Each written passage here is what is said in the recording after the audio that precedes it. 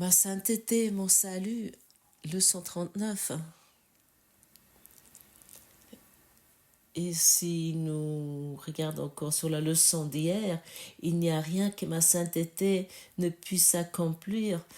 Alors c'est logique que nous trouvons notre salut dans notre sainteté, dans notre complétude, notre entièreté, mais autant que nous cherchons encore quelque chose dans ce monde et nous croyons et espérons de le trouver, nous ne trouvons rien. Et pour cette raison, secours est pour tous ceux, et c'est ça qui semble le rendre si difficile, c'est pour tous ceux qui veulent se délivrer, qui veulent se sauver, qui veulent abandonner totalement leur ancien modèle de pensée, toute idée de ce monde et sur soi-même, ils veulent transcender tout cela. Nous ne sommes pas venus ici pour venir des meilleures personnes, des bonnes personnes. Nous ne sommes pas ici pour rendre mieux, pour que les autres personnes deviennent mieux ou plus gentilles. Parfois, il y a aussi cette idée qui existe que nous devons éduquer quelqu'un pour qu'il devienne mieux ou une meilleure, une plus bonne personne. Non, nous ne faisons pas tout cela du tout. Nous abandonnons cette idée de bonne personne, de gentille personne. J'ai pensé dans le passé, si je suis une bonne personne, tout va fonctionner. L'Église m'a dit, si je suis une bonne personne, je vais rentrer au ciel. J'ai tout essayé de devenir bon. Et j'ai essayé de porter un bon masque dans ce monde qui aurait dû me confirmer que je suis une bonne personne. Mais peu importe comment j'ai arrangé ce masque pour qu'il soit convenable et agréable et beau, et j'ai pensé de mon point de vue, ce masque était bien, mais la vie m'a montré quelque chose de totalement autre. La vie me montre toujours, c'est-à-dire que la vie est un miroir, le monde est un miroir, et il me montre mon histoire non résolue que j'ai projetée sur tout. Et comme je ne veux plus cette histoire, alors je dois l'abandonner. J'aimerais m'identifier avec ma sainteté. Et à ce moment-là, je ne peux plus dire... oui, il y a beaucoup de gens qui m'approchent et qui veulent un soi-disant secret de ma part. Comment j'ai réussi d'atteindre autant de personnes, d'avoir autant d'auditeurs sur mes chaînes allemandes. Soudainement, je peux faire un voyage avec un mobil-home qu'avant j'étais dans une tente. Quel est le secret? Comment tu as réussi à faire cela? Alors je peux uniquement te dire, je ne sais pas. Je ne peux pas te proposer un programme avec 17 étapes et puis la 18e étape arrive plus tard où tu vas pouvoir réussir cela. Non, ça se passe à travers ma sainteté, ça se passe à travers mon existence impersonnelle.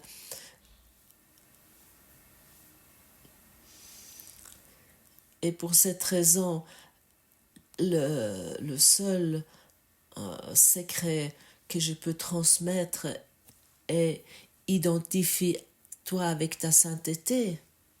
Commence à trouver la confiance en cela et commence de plus en plus d'identifier à travers ta sainteté.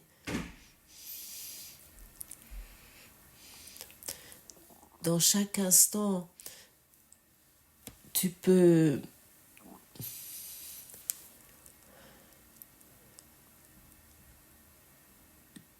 à chaque moment de donner ton monde à ta sainteté ou à Jésus ou au Saint-Esprit, ce que tu préfères.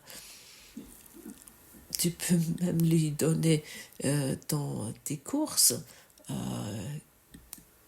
Tu peux même lui donner le travail que tu as à faire, qu'il le fasse avec toi.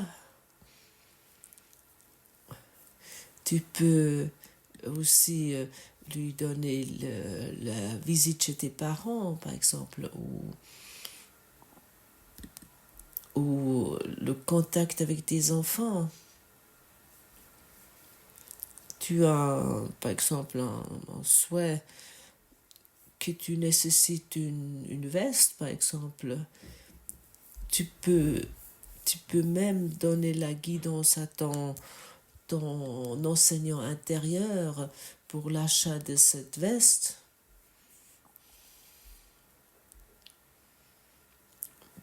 Parce que lui, il connaît ton goût mieux que toi. Et ensuite, si elle ne te plaît pas, à ce moment-là, c'est écrit dans ton scénario, alors elle t'aurait de toute façon pas plu. Mais ton goût et tout ce que tu nécessites dans ce monde, ton Saint-Esprit le connaît, il le sait, ta sainteté le sait. Donne tout, laisse tout faire par ta source et observe tes pensées, comment tu aimerais tout faire par toi-même. Comment c'est, si je te pose la question, Dieu t'aime pleinement, t'aime totalement.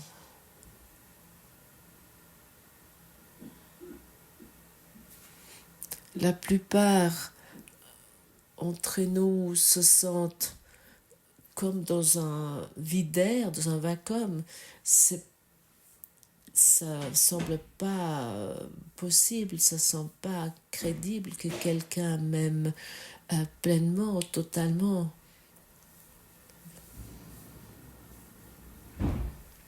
Mais plus que nous trouvons de confiance dans notre sainteté, dans notre complétude, dans notre entièreté, plus que tu vas comprendre que tu es totalement aimé, que tu es absolument aimé, et uniquement dans cela est ton salut. On peut aussi dire, ici tu trouves ton éveil.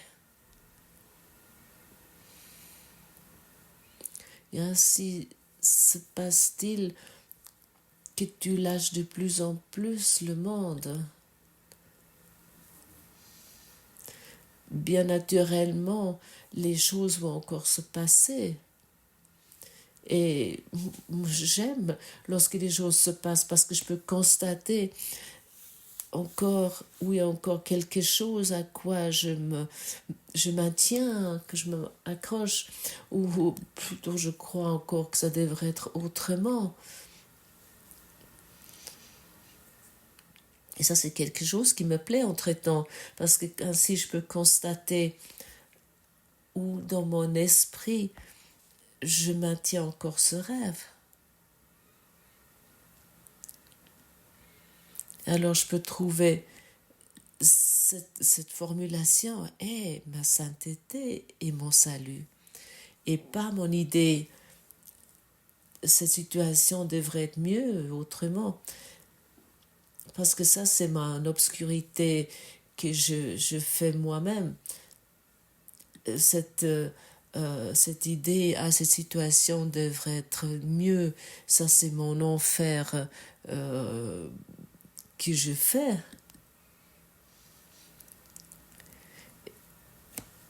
Et la formulation, ma sainteté, mon salut, me détache, me délivre de cette histoire limitée à laquelle je crois, ou je crois quelque chose n'est pas juste ou qui ne tourne pas juste. Nous voyons dans ce monde uniquement nos limites.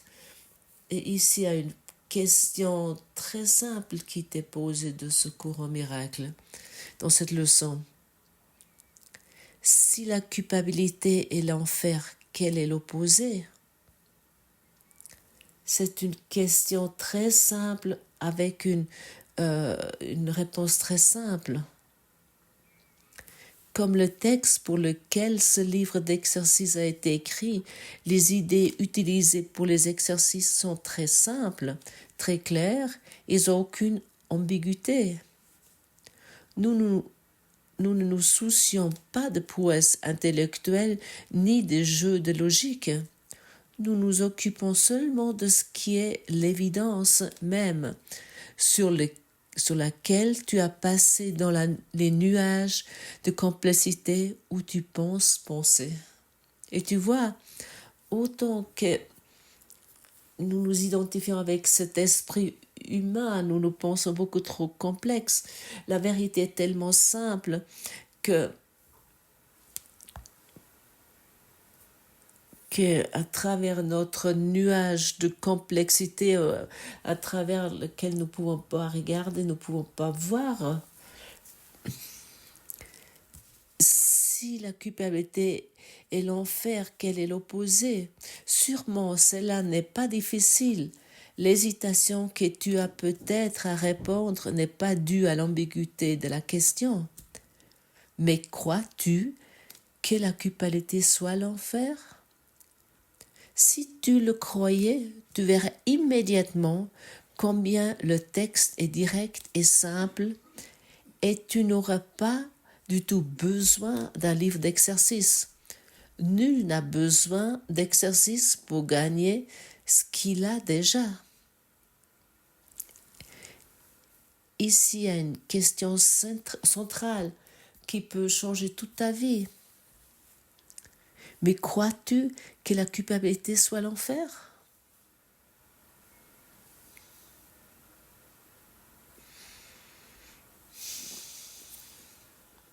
Qu'est-ce qu'est la culpabilité? Pourquoi dans ce cours on parle si souvent de la culpabilité? Parce que tu te sens coupable. Ça, tu dois vouloir accepter. Tu te sens tellement coupable. Il y a quelques personnes qui ne le constatent même pas. Ils disent, oh, la culpabilité. Ah non, la culpabilité n'est pas en moi et la peur non plus. Et tu te sens tellement coupable parce que tu crois que tu as tué Dieu en ayant rêvé un autre monde tel que cela ici. Tel que ce monde ici. Et l'ego, il a une idée formidable. Ah, tu sais ce qu'on fait? Nous projetons la culpabilité dans ce monde. Et directement, tu te sens innocent. Parce que tu trouves partout là-dehors la culpabilité. Chacun est coupable. J'avais à un moment donné vraiment une reconnaissance stupéfiante qui m'est tombée dessus. Comme par exemple, même acheter une glace ou même regarder un coucher de soleil, même faire une belle promenade ou d'être un beau endroit sur cette terre, tout est la projection de la culpabilité. Et ça m'a vraiment flashé, ça m'a vraiment frappé. J'étais vraiment totalement stupéfait par cette reconnaissance. Et ça m'a vraiment amené à un très grand changement d'esprit.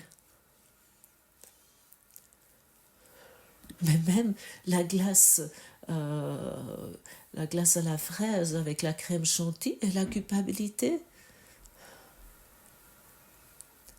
ça se passe dans ce monde. Et autant je me concentre sur la glace à la fraise avec la chantilly, et je crois que quelque part là-dedans, il y a un plaisir, autant que je n'ai pas encore délivré la culpabilité en moi.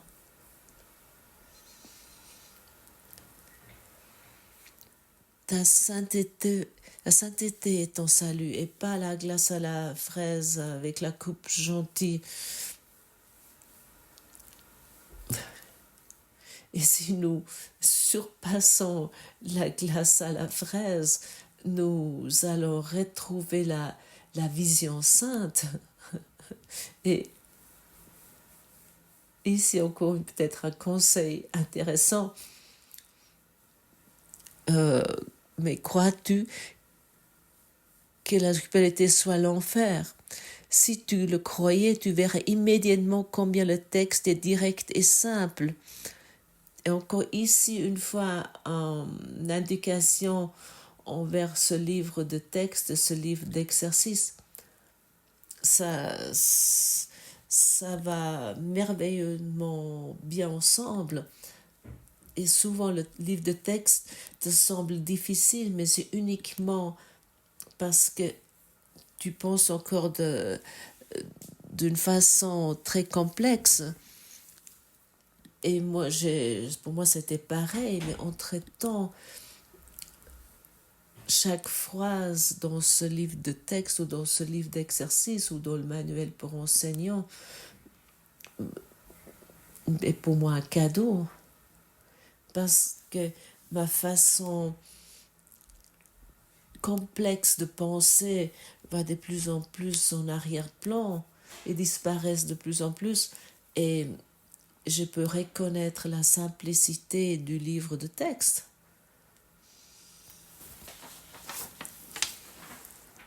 Nous avons déjà dit que ta sainteté est le salut du monde.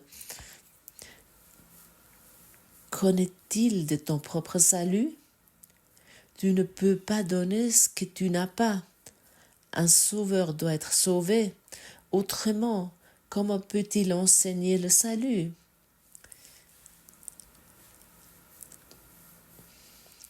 Les exercices d'aujourd'hui s'appliqueront à toi, reconnaissant que ton salut est crucial pour le salut du monde. Quand tu appliques les exercices à ton monde, c'est le monde entier qui en bénéficie. Et ça, c'est pour moi toujours fascinant et toujours fascinant de vraiment de reconnaître cela et de sentir cela. Que chaque fois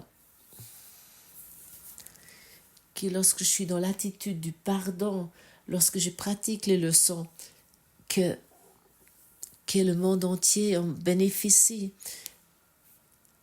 Mon esprit s'ouvre dans ce monde entier et je sens clairement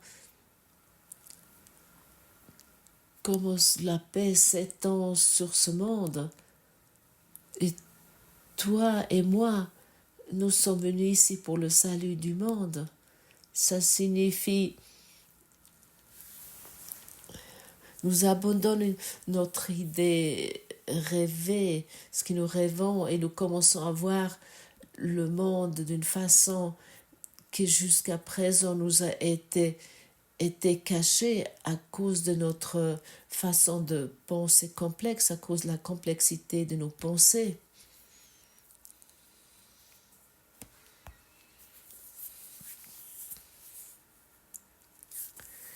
ta sainteté signifie finalement la fin de la culpabilité.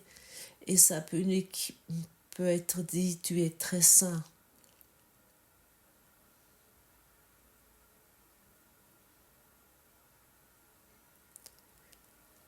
Comment c'est chez toi avec le livre de texte? Est-ce que tu l'as ouvert entre-temps une fois?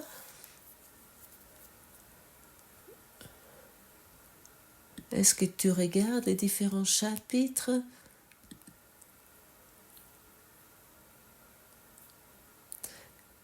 Parce qu'à ce moment-là, tout ce que tu fais ici, ça commence à devenir une évidence. Tout à ce moment-là a du sens. À propos, comme tu sais,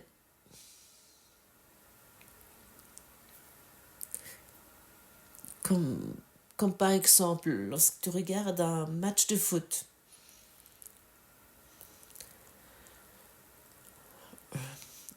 lorsque les joueurs qui vont sur le terrain, on peut les observer pendant facilement 1 heure, comment ils s'échauffent. Ils s'échauffent. Ils passent à travers un programme d'échauffement d'abord pour pouvoir participer à ce match pendant 90 minutes. Et chacun sur le terrain sait ce qu'il doit faire. Et chacun sur le terrain connaît les règles de jeu. Et nous sommes maintenant ici arrivés à la leçon 39 et j'ose dire que le programme d'échauffement est terminé et que le jeu commence. Ça signifie l'intensité devient plus forte dans notre processus d'éveil. L'intensité augmente et chacun dans ce jeu, dans cette équipe, dans un match de football, chacun aimerait accomplir son rôle et finalement chacun aimerait tirer un but ou au moins défendre le but. Chacun développe une ambition de gagner ce jeu. L'attaquant comme le milieu du terrain, comme les défenseurs ou comme le gardien de but. Et chacun il a cette ambition de gagner le match. Autrement, il ne pourrait pas jouer dans une équipe de première ligue. il serait directement remplacé. Et il devrait changer son sport ou quelque chose de similaire. Mais comme déjà dit, le programme d'échauffement est terminé maintenant. Le jeu commence, le match commence. Et je t'invite de développer une ambition de Dieu qui inclut encore une seule chose, que tu expérimentes ton salut, que tu expérimentes ta sainteté, que ce soit ton ambition. Jusqu'à présent, tu as été ambitionné d'être heureux dans ce monde avec la glace à la fraise et la crème chantilly, ou peut-être à d'autres préférences. Et soudainement, nous développons une ambition pour Dieu où nous voulons qu'une seule chose.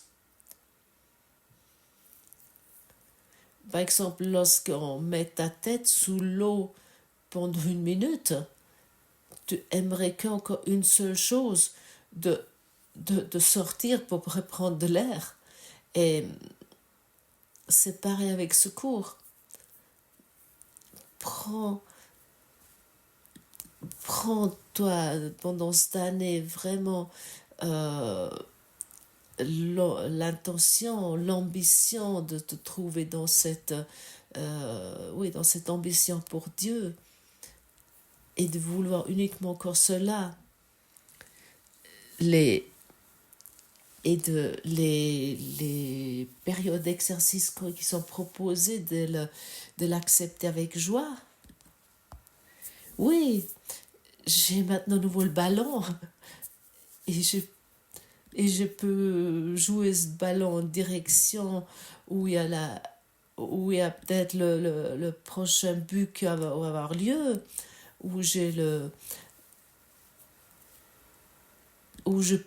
nouveau ce ballon, puis je peux nouveau le jouer vers le gardien de but qui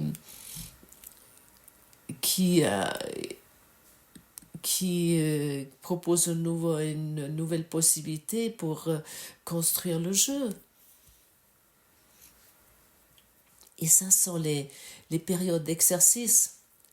La période d'échauffement, les périodes d'échauffement sont terminées. Jette-toi dans le match, jette-toi dans le jeu. Ne te laisse plus tellement te distraire par ce monde. Ne te laisse plus te raconter ce que tu dois faire ici. Bien naturellement, il y a des choses qui doivent être faites. Et bien naturellement, tu vas encore aller à ton travail, tu vas encore être dans ta famille. Mais ton attitude d'esprit, ton attitude spirituelle est totalement autre.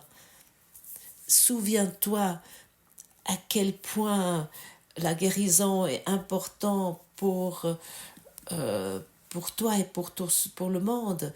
Souviens-toi à quel point l'éveil, le salut est important pour toi et pour le monde.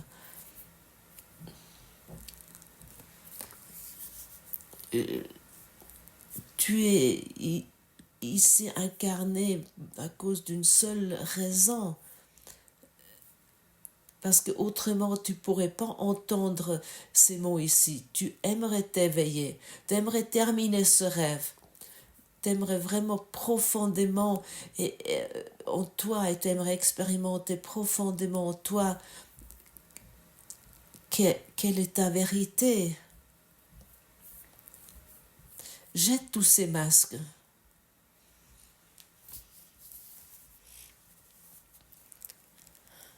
Et si aujourd'hui tu te décides de nouveau pour ces 4 périodes de 5 minutes, c'est extrêmement efficace. Même si tu crois que ça ne sert à rien, mais c'est tellement efficace. Dans le passé, je me suis pris comme habitude de plutôt le soir faire autre chose. Je me disais, ah non, je vais encore faire ça ce soir. Mais par contre, aujourd'hui, la leçon du soir, et lorsque je m'assois et je suis dans cette pratique, c'est comme une purification. Puis il y a encore tout à coup, je me souviens encore des événements qui s'est passé lors de la journée et qui encore et que je peux encore les regarder avec ma sainteté. C'est tellement purifiant, c'est tellement clarifiant et c'est tellement utile que j'aimerais vraiment te motiver de vraiment mettre ces 4 périodes de 5 minutes dans ton quotidien et aussi souvent possible tout au long de la journée. Comme déjà dit, le programme d'échauffement est terminé. Le match commence. L'intensité vient plus élevée.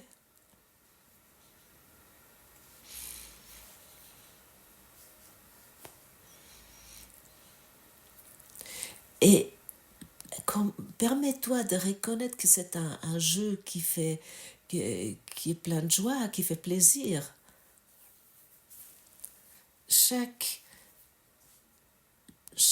joueur de football, il a plaisir, il veut qu'une seule chose. Il veut être sur le terrain. S'il n'est pas sur le terrain, il n'est pas content, il est triste, il se pose des questions, il se met en question. Et maintenant, toi, tu es sur le terrain et inflamme la joie, attise la joie lorsque tu pratiques ces leçons. Fais-le avec joie, avec bonheur, avec plaisir. Et plus que de plaisir tu développes en toi, plus que l'apprentissage vient facile et l'identification avec ta sainteté n'est plus une chose complexe et compliquée, mais ça devient très facile et tu commences à te poser la question pourquoi quelque chose d'aussi merveilleux tu as pu la rater jusqu'à présent.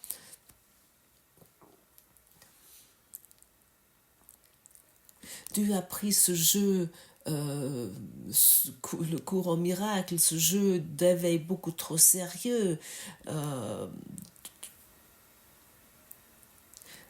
Approche cela avec un amusement, avec le sourire, avec les rires. Approche cela avec la douceur. Dépose toute la dureté. Dépose toute idée lamentable, ce que tu devrais être.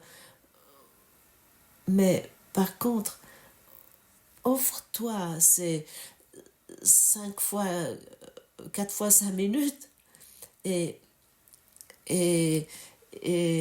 vraiment, mais dis-toi à quel moment tu veux pratiquer. Planifie cela. Chacun d'entre nous a 5 minutes de temps. Il peut faire 5 minutes de pause. Il peut se retirer, fermer les yeux ou nous ouvrir et pratiquer. Chacun d'entre nous peut cela.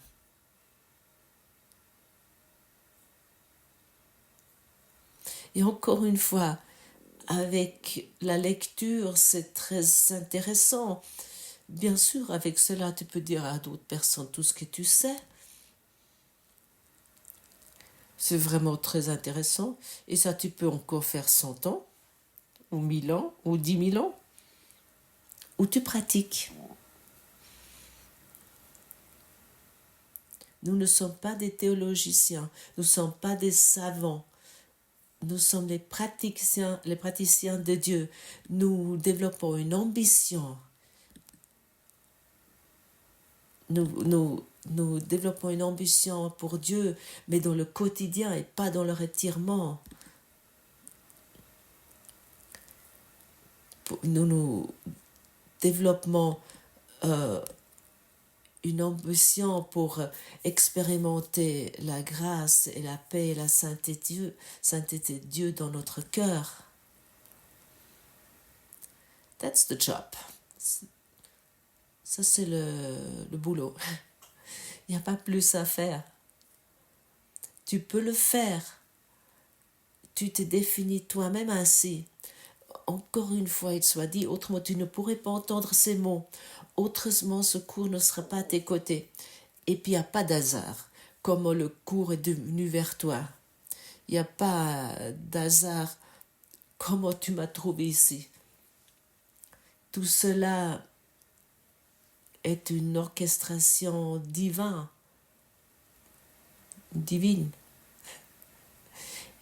Et nous voulons commencer maintenant à être dans cet orchestre, de l'accorder pour obtenir notre liberté dans le cœur.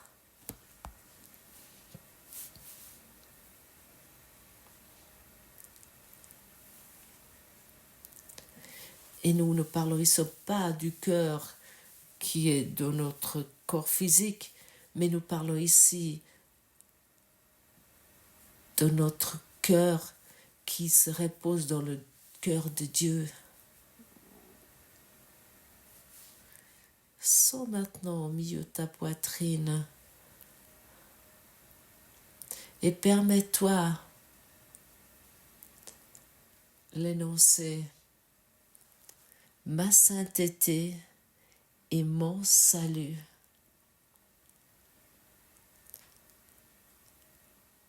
Dis ces mots toujours tout lentement,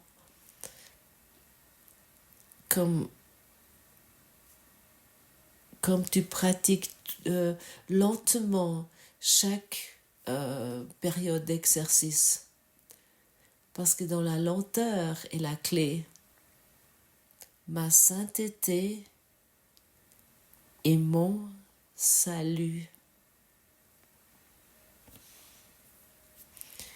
Voilà mes amis, n'oubliez pas le texte qui est en dessous du podcast. Je vous dis ça en tant que Ruth Maria, votre traductrice. Et voilà, magnifique ce que Godfrey nous a transmis aujourd'hui. Et je trouve ça merveilleux. Cette année, il insiste encore beaucoup plus sur la pratique. Donc, jouons le jeu ensemble. À demain, mes amis.